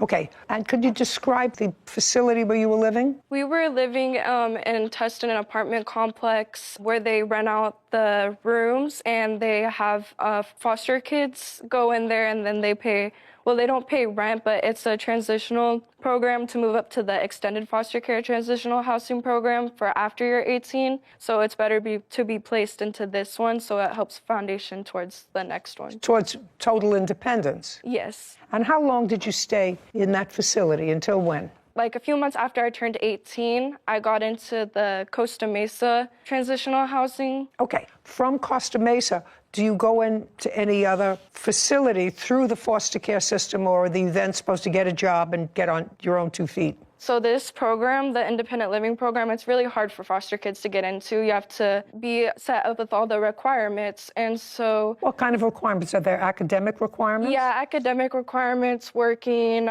going to school, meeting with the manager that comes in every week. Yes. Were you going to school? Yes. What school were you going to? Golden West College. Are you still going to school? Yes, I currently am taking a break from this semester, but I'm still going to continue it. Are you working? Yes. And you're living on your own? I'm renting a room out in Irvine with 2 different roommates. And Miss Brown, what about you? How long have you been in the foster care system, and how old are you now? I've been in the foster care system since I was 13 years old. I am currently 19. Tell me where you're living. Right now, I live in a rented room in a house also in Irvine. Tell me what you're doing. Right now, I work in sales. I'm a sales associate. Is it a full-time job? It's part-time. I'm also in school. I go to Fullerton College, and I'm a biology major. Interesting. Are you good in science? I really liked science in high school, so yeah. Well, you seem like 2 absolutely delightful ladies. I don't know why you got into this kerfuffle, but each one of you claim that you were assaulted by the other. You claim that Ms. Brown caused vandalism to your car. Ms. Brown says that you had her falsely arrested after this altercation, which seems to be an unhappy event over a guy. Over a guy? I mean, they're necessary evils, but over a guy. 2 lovely girls who probably weathered a lot of storms in your life to keep together that most 15, 16-year-olds don't have to do. How could 2 nice girls get into a kerfuffle over a guy? I have no idea. Go. Okay, so on September 2nd, near 10 p.m., I was cooking us dinner, and Freya's sitting at the counter, and then while I'm cooking dinner, I get a call from my ex, and he's just... From your ex-boyfriend, not ex-husband? Oh, yes. From your ex-boyfriend? Yes. Okay. And his name is, what's his first name? I would prefer... Let's call him Cat. Cat, yeah. So you get a call from Cat. Do you know Cat? Personally, no, I do not know him. Have you ever met him? No, I have not. Okay. So now you get a call from Cat. And how long has he been your ex-boyfriend? Well, we just had a situationship, like it was just off and on, but he just called me and I just had him on the phone as speaker and... So you had him on speakerphone, you're cooking her dinner, she's sitting at the counter. Yeah, and he starts making flirtatious comments like saying if I had any cute friends near around, and I know it doesn't sound right, but... It doesn't sound good, Miss Burke. Yeah, but that's just like, I know him and that's like a different story, but regardless, then So what was he... I want to know what he was saying. Well, you he have to just- tell me, because she probably remembers what he was saying. I do. So if you don't remember, I'll ask her. What did he say? He asked in general if I had any cute friends near me or any around. Just saying if there was any cute friends near me. So that he. Okay, so your ex-boyfriend calls you and asks you if you have any cute friends around. Yes. And you didn't just hang up on him. Well, yes. I told him, I said that I can't like see him tonight and that he shouldn't be saying that. But the call ended because he had to go because he had to go back to work. So it ended quick. Wait just a second. He must have said something that annoyed her. That was it. He just asked What did if he I had... Okay. You don't remember. What did he say? He called her. They were talking for a minute, and then she was saying, you know, oh, I miss you, this and that. And he was like, can I come over? At which point she told him, oh, I'm with my two friends. And he was like, oh, what do they look like? Are they cute? How old are they? Which I thought was disrespectful to me and also disrespectful to her. I was trying to be a good friend. I informed her of it. And No. So he was acting like a guy. Yeah. You know, yes. Think before you talk. There's no filter here. So he's saying, oh, really? You can't come over? You have two friends? Are they cute? Are they nice looking? And just to tell you, Miss Brown, I don't think it was disrespectful. I just think it's a stupid remark. No, Do you understand? I understand, It's but just stupid. The tone and then the content, because it was on speaker, like I could hear everything. So when he hung up, what did you say to her? after they hung up, I didn't say anything to her. She said to me, she was like, you don't know him, you know, like we're in love. And you said She's to her? basically saying, I don't know him. So I was like, yes, you're completely right. I don't know him, but I don't want to hang out with him, basically is what I told her. Well, was he coming over? No, I was just telling her, like. And what's your version? After he hung up, let me hear your version of what she said. Okay, so after I hung up, it was just practically some of what she said, but it was more in an aggressive way and with a lot of attitude. And show me. I get done with the phone and I'm cooking, and then she wants to like humble under her breath and like say like, I don't know, just rude things about the call and like just looking at me weird. And I'm like, what's the problem? And I was just, Okay, so she's looking at you weird and you say, what's the problem? And she says, I don't know. She was going off and about, and then she started throwing trash on my counter and then threw it at me. Your Honor. Yeah, you did. That is no, true. No, I have to tell you something. So far, it makes sense. But then I don't want you to tell me she just went from nothing disrespect to throwing food around the counter. That didn't happen. That did not. Okay, so before she started throwing the trash on my counter, she was saying how that I had attitude, but I was telling her that I did not have attitude. I was trying to de-escalate the situation. She had attitude. So far, we're not attitude. So far, she's mumbling. No, that's what you she said under said. her breath. Yeah, and then so she, I don't know, she would, like I said, it was a snap of a finger. Like, I'd never seen her switch like that. And, you know, I was confused. And then after she threw the trash, I told her to grab your stuff and get out of my house. And so I gave her time. She went in my room, grabbed her stuff. I waited by the door. I had it wide open. And she's just cursing and yelling and just like, I didn't want her in my house. And if I would have known she was like that. No, let's not. Don't go down any tributaries. When you got out to the car, she had a brick in her hand. Was there any damage to the car? Yes, I have photos, proof to the left driver's side, and there's a video as well of the neighbor's Ring camera showing her vandalizing my car. Okay, I'll see the video.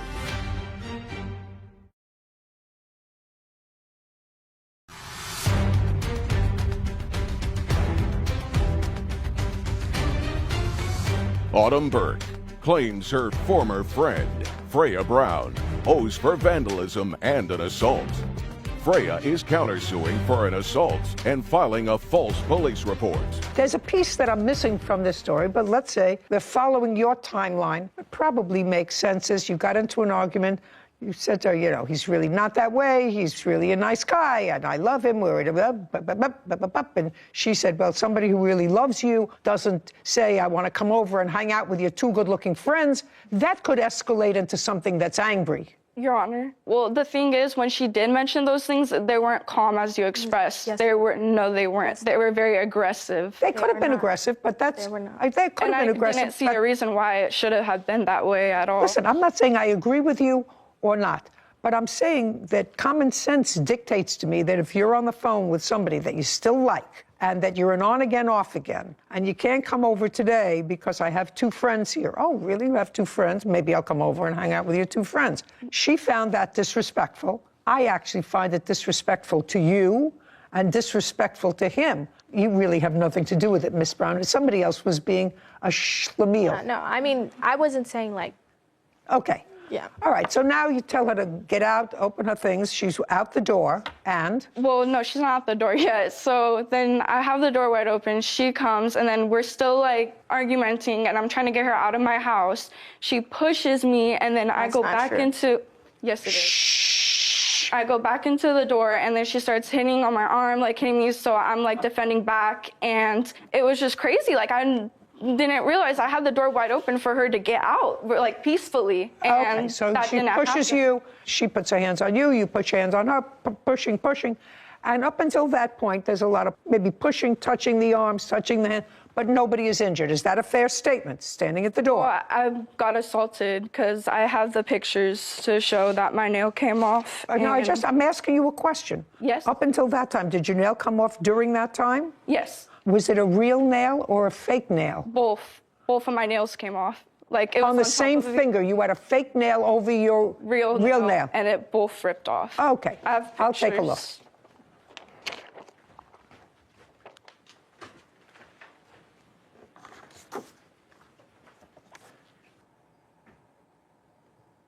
Okay, I see a black and blue mark here that's under here. Mm-hmm. Right? Yes. That's and this is on your hand. Yes. What was this? From blocking her hitting me. What was she hitting you with? Just her hands. Like she was just like a cat fight. Like she just went crazy, and so I was defending her out, trying to get her out of my house. Okay. Did you respond to her hitting you? Yes. Yes. Do you have any photographs? Yes, I do have. I'd like to take a look.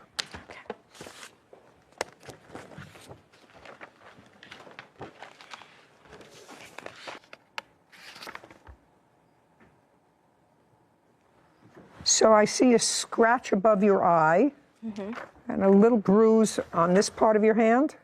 Is that what it is? Yes, on my wrist. And then there's a bruise on, is it this part of your elbow? My elbow, yes. Okay, so now you're arguing with each other. You both get banged up a little bit. Now she's outside. Yes. And what did you do? You finally got her out the front door. So after a few minutes, she called me and said, "Warning, I'm at your car." So when I heard that, I called the cops immediately, and I asked them to come down because I think she's gonna be vandalizing my car or God knows what.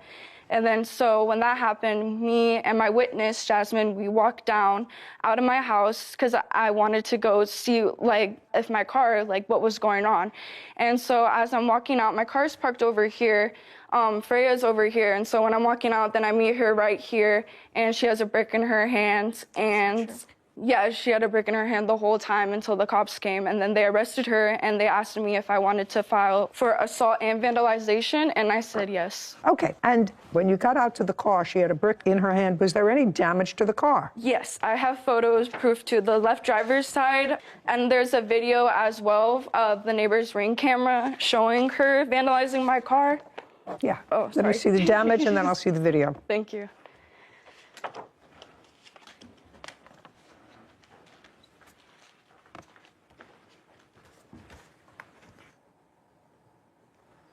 Okay, now I'll see the video. Okay.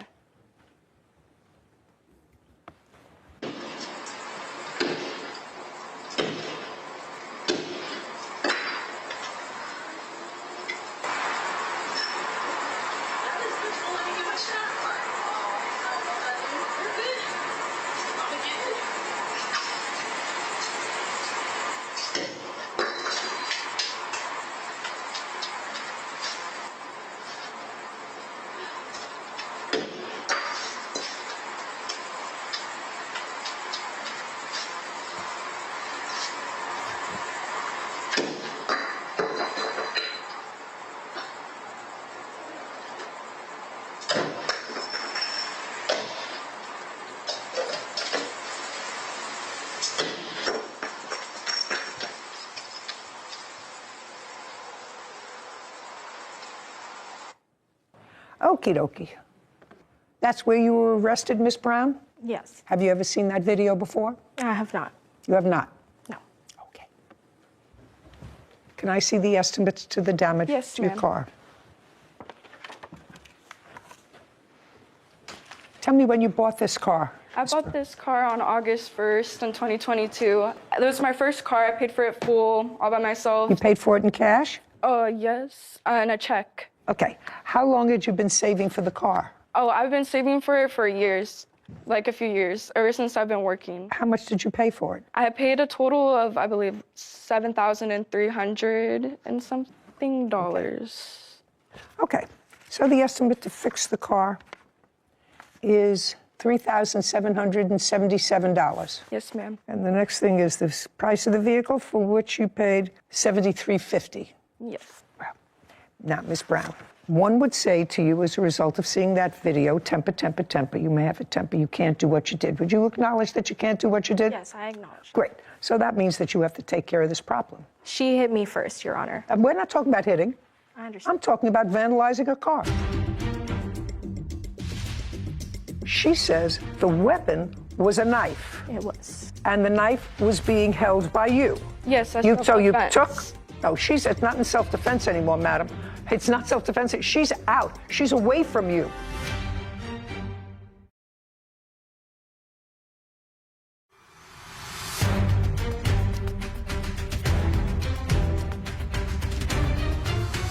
Autumn Burke has accused her former friend, Freya Brown, of vandalism and assault. Freya claims Autumn threatened her with a knife and filed a false police report. Neither one of you were hospitalized as a result of this assault. You got a couple of black and blue marks. Two girls also had a threatened fight, me with a and knife. that shouldn't have happened. But now the fight is de-escalated, and you went outside and purposely vandalized her car in a very, very aggressive way. And all I'm saying to you is, you understand that that was temper, temper, temper. You're not allowed to do that, and you have to pay for it. She also threatened me with a knife. She what? I didn't. Threatened me with a knife. Just a second. I didn't see that when you were out there by yourself picking up a brick, right? Yes. And that was a long video. I don't see her in that video at all. I just see you picking up the brick, not doing enough damage, picking it up, doing a little more damage, picking it up, going to another side of the car, picking it up, going to the front of the car. I don't see her there threatening you. She didn't threaten me at that point. Right. Clearly, when you left the house, that ugly confrontation had been de-escalated. It had not actually. Of course it was, because you were out there by yourself. You could have gone. And if it was an ugly confrontation, you go to the police station and you say, I left my license in my friend's car. We had a fight. Could you come back with me on a standby and get my license instead of using a brick to bash in her car? My circumstances were different from Autumn's. I would like to inform you of that. What were your different circumstances? Well, I was supposed to be moving in 3 days, which Autumn was aware of. So had I called the police and been like, oh, I need this help, then I would have jeopardized my housing. Oh, no, that's not true. Sorry about that, Miss Brown. If you called the police and merely said to them, I don't want to have an argument with her, that would not have jeopardized your getting into housing. Having this fight and vandalizing her car, that could prevent you from getting into housing. That's what got me kicked out. I'm just telling you, calling the police is not an issue. Going outside and for a period of probably at least 60 seconds and moving from different parts of her car and hitting it with a brick and bending down and picking up the brick again, that would prevent you from getting into housing. I wasn't referring to the calling the police, I meant the fighting. Oh, I'm not talking about the fighting. $37.75, that's the cost of fixing the car. Now, the only other issue that you have on your counterclaim is for being falsely arrested. Yes. I would arrest you for that. You should be. Listen, if I came out of my house and found somebody bashing my property, I don't care if we had a long-standing feud. Well, I have a long-standing feud with her. We had an argument. We had a fight. Whatever. That is not the natural progression of having an altercation with an old friend, going out and vandalizing her car. So your countersuit for being falsely arrested is dismissed. Judgment for the plaintiff in the amount of $3,775. Your Honor, I'm going to be rightfully for losing my housing during that process because of that incident, because of the transitional housing program I was in. I got kicked out of it, and so I had 30 days. So I believe I should be getting for that as well because Where's the head of the Department of Social Services to testify before me that the reason you lost your housing, if in fact you did lose your housing, was because of this vandalism? You have a witness here to tell me that? I have the 30 days notice, if that counts. May? Yes. I'll take a look. Oh, here it is.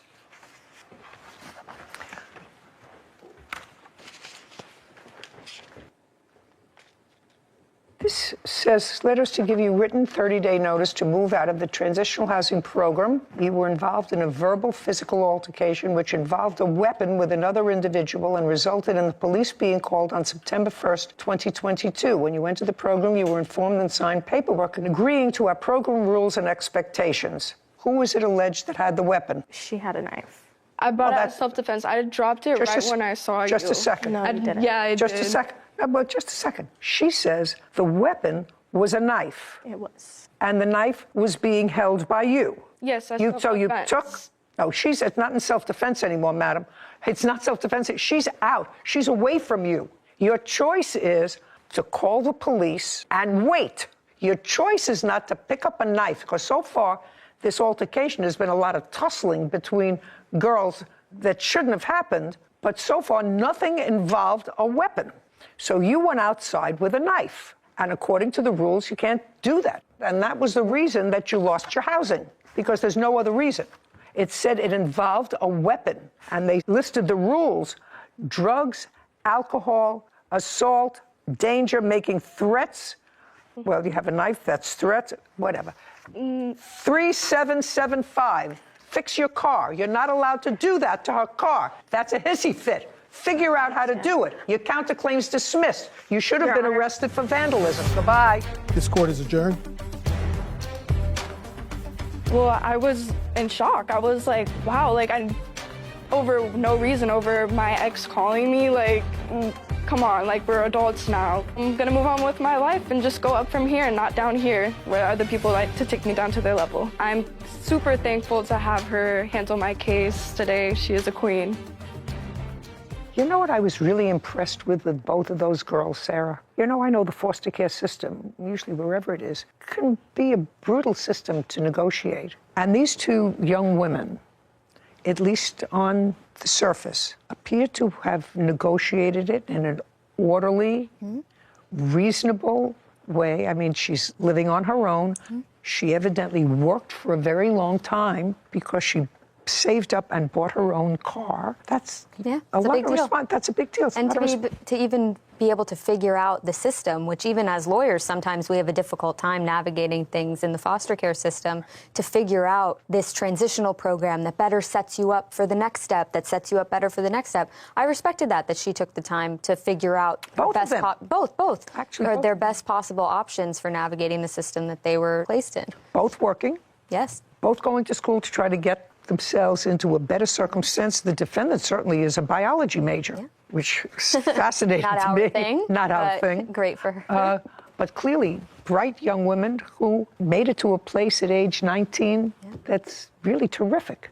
And supportive of each other, because one had a license, one didn't, so they were supporting each other. All very lovely. And get into a kerfuffle over nothing. It shows just how fast all that work and all that preparation for the next step and for the housing can just crumble. Can just unravel. Really sad. That's.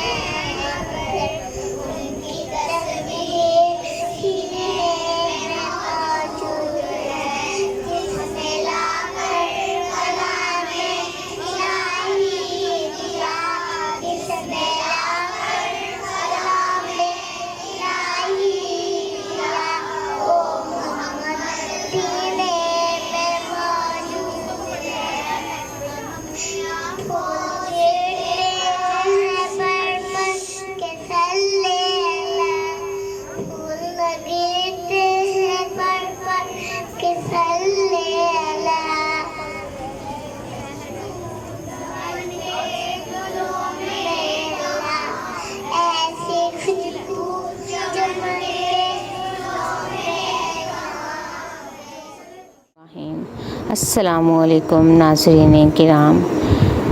शोहर या बेटा। एक दिन हज़रत अली करमल्ला वजहू ने सुबह की नमाज के बाद अपने खादम से फरमाया कि फ़लाँ मोहल्ला में जा। इस मोहल्ला में एक मस्जिद है, मस्जिद के पहलू में एक घर है। اس میں ایک عورت اور مرد بہت دیر سے لڑ رہے ہیں، ان کو میرے پاس بلا لیا۔ آپ کا خادم اس پتہ پر پہنچا تو دیکھا کہ واقعی ایک مرد اور ایک عورت باہم تکرار کر رہے ہیں۔ غلام نے کہا چلو تمہیں حضرت علی بلا رہے ہیں۔ یہ دونوں کے دونوں حضرت علی کی خدمت میں حاضر ہوئے۔ آپ نے فرمایا آج ساری رات تمہیں لڑتے ہوئے گزری۔ مرد نے عرض کیا حضور میں نے اس عورت سے نکاح کیا تھا، مگر جس وقت یہ عورت میرے سامنے آئی مجھے اس سے سخت نفرت پیدا ہو گئی۔ اگر مجھے طاقت ہوتی تو اسی وقت اس کو نکال دیتا۔ اس عورت نے مجھے متنفر دیکھ کر مجھ سے لڑنا جھگڑنا شروع کر دیا۔ حضرت علی نے تمام حاضرین مجلس کو رخصت کر دیا اور عورت سے یہ فرمایا کہ جو بات ہم تم سے پوچھیں گے سچ سچ جواب دینا۔ اے عورت تمہارا نام یہ ہے، تمہارے باپ کا نام یہ ہے۔ عورت نے کہا کہ ٹھیک ہے۔ فرمایا ایک رات تو اپنے گھر سے باہر نکلی تھی، تیرے چچا زاد بھائی نے تجھے پکڑ لیا، تو اپنے چچا زاد بھائی سے حاملہ ہوئی۔ مدت تک تو اور تیری ماں نے اس حمل کو مخفی رکھا۔ جب تیرے درد شروع ہوا تو تیری والدہ تجھ کو کسی دوسری جگہ لے گئی، وہاں تیرے ہاں لڑکا پیدا ہوا۔ تو نے اس بچے کو گٹھری میں لپیٹ کر اس مکان سے باہر جا کر رکھ دیا۔ اتفاق سے ایک کتا اس بچے کے پاس آیا، تیری ماں نے کتے کو پتھر مارا مگر وہ پتھر اس بچے کو جا لگا، بچے کا سر پھوٹ گیا۔ تیری ماں نے اپنا دوپٹہ پھاڑ کر بچے کا سر باندھا، پھر وہاں سے تم چلے گئے۔ اس کے بعد پھر تمہیں اس بچے کی کچھ خبر نہ رہی، کیا یہ واقعہ ٹھیک ہے؟ عورت نے حیران ہو کر کہا یا حضرت بالکل ٹھیک ہے۔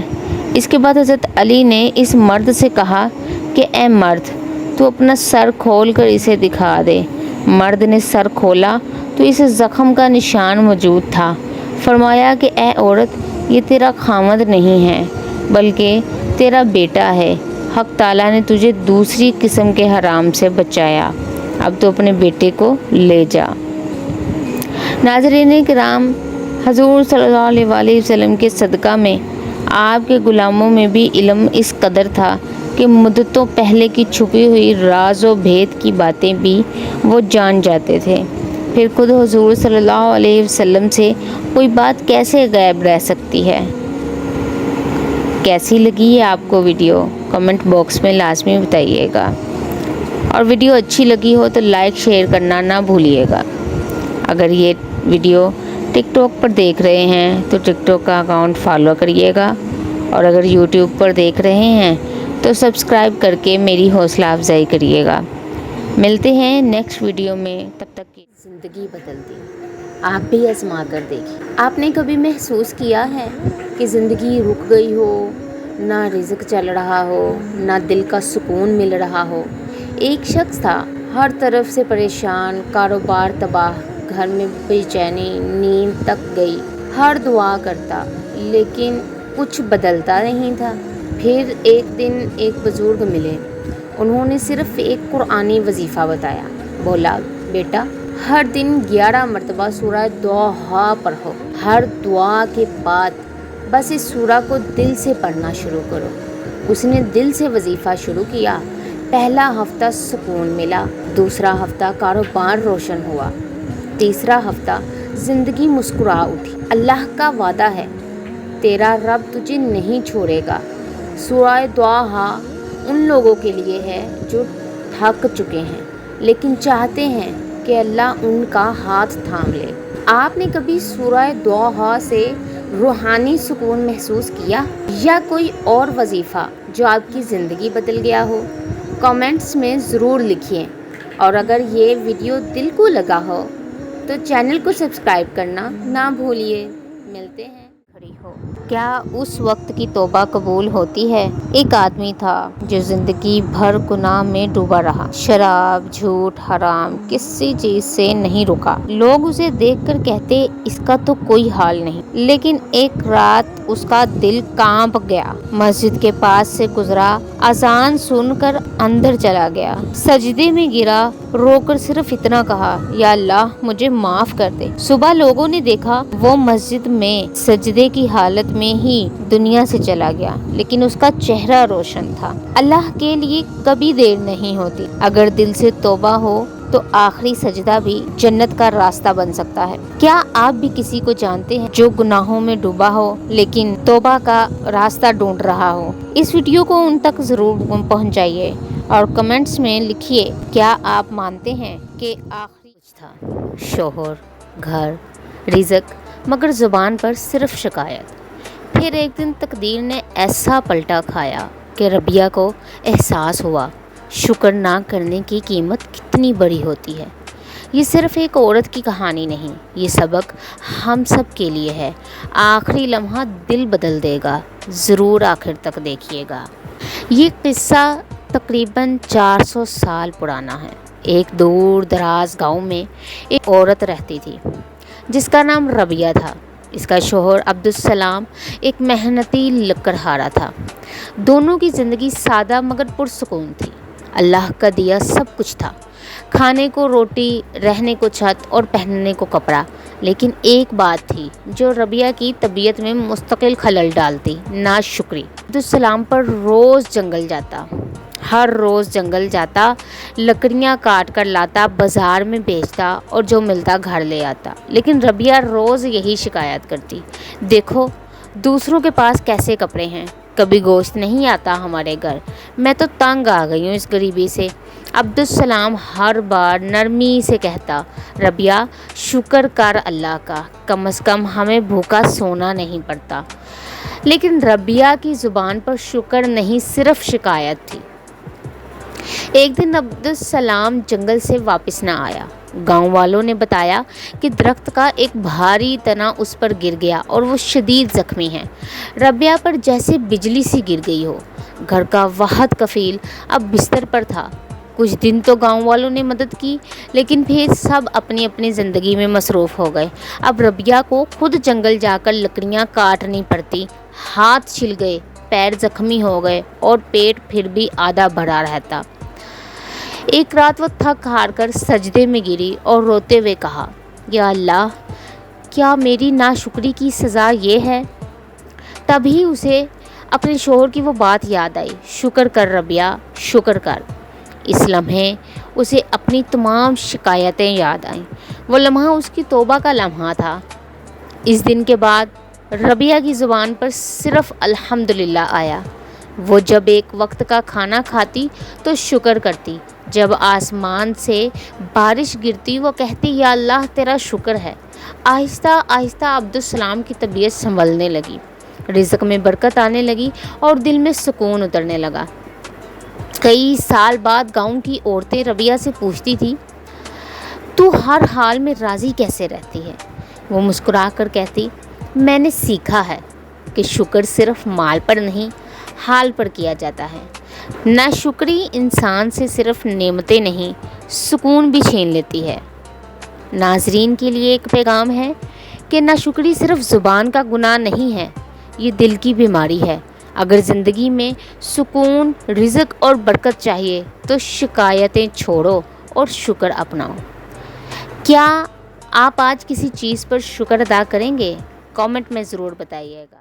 तक कब्र में जिंदा था। क्या आपने कभी किसी को देखा है जो 3 दिन तक कब्र में जिंदा रहे? एक नौजवान शहर के सबसे बिगड़े हुए लोगों में था, ना नमाज, ना तकवा, ना हया।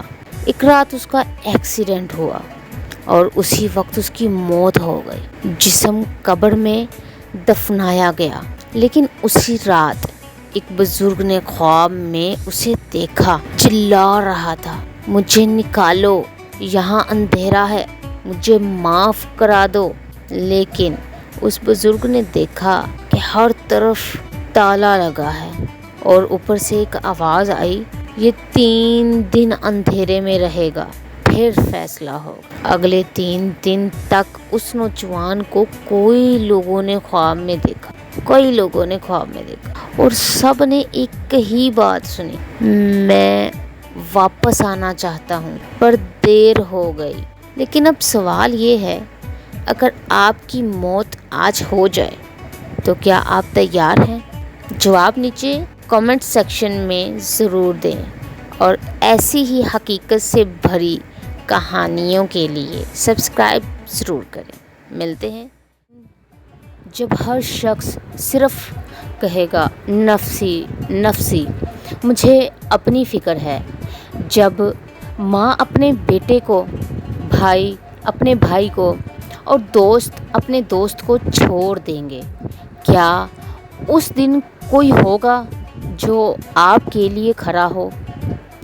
ایک بزرگ اپنے خواب میں قیامت کا منظر دیکھتے ہیں، ہر طرف افراتفری ہے، لوگ رو رہے ہیں، بھاگ رہے ہیں، کسی کو کسی کی ہوش نہیں ہے۔ ماں اپنے ہاتھوں سے اپنے بچے کو دھکیل رہی ہے اور کہہ رہی ہے کہ مجھے تجھ سے کوئی مطلب نہیں، مجھے اپنا حساب دینا ہے۔ اس بزرگ نے دیکھا کچھ لوگ صرف رسول اللہ صلی اللہ علیہ وآلہ وسلم کے پاس بھاگ رہے ہیں، کہہ رہے ہیں یا رسول اللہ شفاعت، یا رسول اللہ شفاعت کیجیے، اور نبی کریم صلی اللہ علیہ وآلہ وسلم قربان جائیں کہتے ہیں آنا لہا، میں ہی اس کے لیے ہوں۔ سبحان اللہ، پیارے نبی پہ ہماری جان مال سب قربان۔ جب سب کہیں گے نفسی نفسی، کیا نبی صلی اللہ علیہ وآلہ وسلم آپ کے لیے بھی کہیں گے آنا لہا؟ کامنٹ میں لکھیے گا آج آپ اپنے اعمال کے لیے کتنے تیار ہیں۔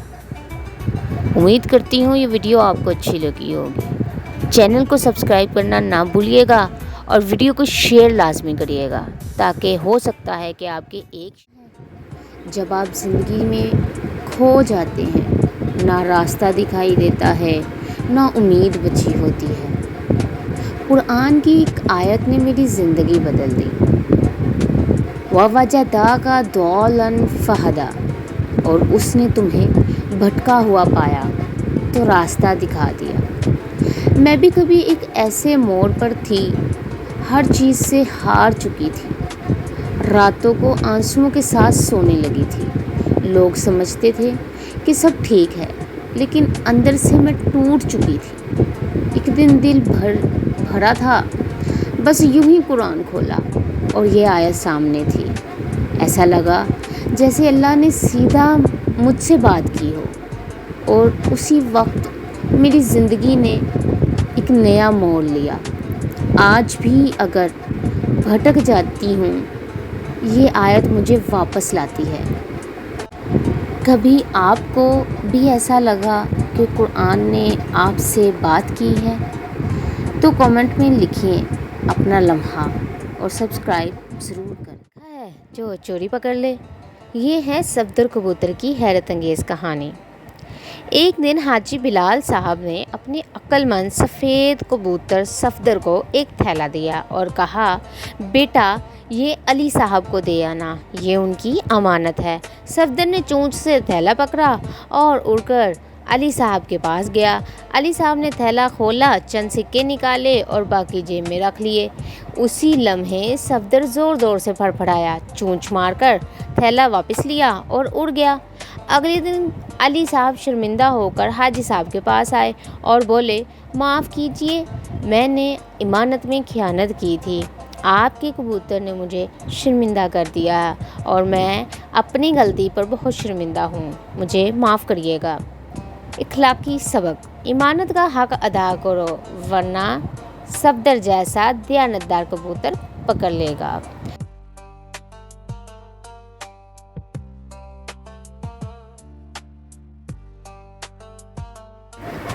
اگر آپ کے پاس بھی کوئی امانت رکھی جائے تو کیا آپ صفدر کبوتر کی طرح دیانتدار ثابت ہوں گے؟ نیچے دیے گئے کمنٹ سیکشن میں اپنا جواب ضرور دیجیے گا. میں آپ کے جواب کی منتظر رہوں گی. ملتے ہیں نیکسٹ ویڈیو میں. اللہ حافظ. اگر ابھی تک آپ نے میرے چینل کو سبسکرائب نہیں کیا, ادھر دیکھیے دا سکہ الٹا لا دیتا ہے انہوں نے.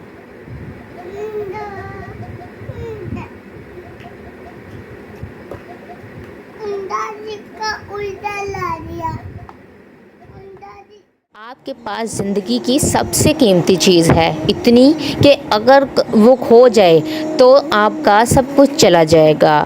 آپ کس کو دیں گے اسے سنبھالنے کے لیے؟ جو سب سے زیادہ سچا ہو نا. مکہ کی گلیوں میں ایک نام ہر زبان پر تھا, محمد صلی اللہ علیہ وآلہ وسلم. بچپن سے جوانی تک آپ کی زندگی میں ایسی کوئی بات نہیں ملی جو جھوٹ, دغا, فریب یا بے وفائی کی ہو. آپ صلی اللہ علیہ وآلہ وسلم کی بات میں ایسی سچائی تھی کہ لوگ بنا ڈرے, بنا شک کیے اپنی سب سے قیمتی چیزیں آپ کے حوالے کر دیتے تھے. یہ وہ دور تھا جب نہ تالے ہوتے تھے, نہ لوکر ہوتے تھے, صرف ایک چیز ہوتی تھی, بھروسہ. اور سب کا بھروسہ تھا صرف ایک نام پر, الامین. جب کوئی سفر پر نکلتا, جب کوئی اپنی تجارت بچانے کے چکر میں ہوتا, جب کوئی اپنی زندگی کی پونجی محفوظ رکھنا چاہتا, سب محمد صلی اللہ علیہ وآلہ وسلم کے پاس امانت رکھ دیتے. ایک مرتبہ ایک تاجر نے اپنی ساری تجارت کا مال آپ صلی اللہ علیہ وآلہ وسلم کے پاس رکھا. مہینے بیت گئے, سال بیت گئے, لیکن جب وہ واپس آیا تو اس کا مال اسی طرح محفوظ تھا, نہ کم نہ زیادہ. آپ صلی اللہ علیہ وآلہ وسلم نے کہا, امانت واپس دینا ایمان کا حصہ ہے. آپ صلی اللہ علیہ وآلہ وسلم کی سچائی کا اثر اتنا گہرا تھا کہ آپ کے دشمن بھی آپ کو جھوٹا نہیں کہہ سکے. جب آپ صلی اللہ علیہ وآلہ وسلم نے اسلام کا پیغام پیش کیا تو لوگوں نے مانا, لیکن کوئی یہ نہیں کہہ سکا کہ محمد صلی اللہ علیہ وآلہ وسلم نے کبھی جھوٹ بولا ہے. ابو جہل جیسا سخت مخالف بھی کہتا تھا, ہم جانتے ہیں محمد صلی اللہ علیہ وآلہ وسلم کبھی جھوٹ نہیں بولتے, لیکن ہم اپنے باپ دادا کا دین نہیں چھوڑ سکتے. اور سب سے بڑی اور گہری مثال, جب ہجرت کا وقت آیا اور قتل کا منصوبہ بنایا گیا, تب بھی محمد صلی اللہ علیہ وآلہ وسلم کے گھر میں لوگوں کی امانتیں تھی. آپ صلی اللہ علیہ وآلہ وسلم نے حضرت علی رضی اللہ تعالی عنہ کو کہا, میں چلا جاؤں گا, لیکن تم یہ امانتیں لوگوں کو ان تک پہنچا کر پھر میرے پیچھے آنا. سوچئے, جو لوگ آپ کے خون کے پیاسے ہیں ان کی امانتیں بھی آپ صلی اللہ علیہ وآلہ وسلم نے واپس پہنچائی. یہ ہے سچائی کی انتہا. آج دنیا میں تالوں کے تالے مضبوط ہیں, لیکن دلوں کے تالے کمزور. سچائی وہ چابی ہے جو دل اور بھروسہ دونوں کھول دیتی ہے. جو سچ بولتا ہے لوگ اس پر اپنی سب سے قیمتی چیزیں, اپنا بھروسہ رکھ دیتے ہیں. اگر آج بھی ہم چاہیں کہ لوگ ہمیں یاد رکھیں, ہمیں اپنا سمجھیں, تو صرف ایک راستہ ہے, الامین بننا. آخر میں میرا آپ لوگوں سے ایک سوال ہے, اگر آج آپ کی سب سے قیمتی چیز امانت رکھوانی ہو, آپ کس کو دیں گے اور کیوں؟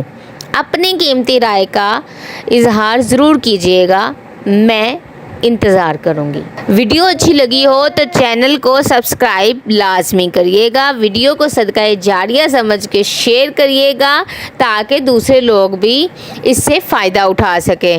ملتے ہیں نیکسٹ ویڈیو میں, تب تک کے لیے اللہ حافظ.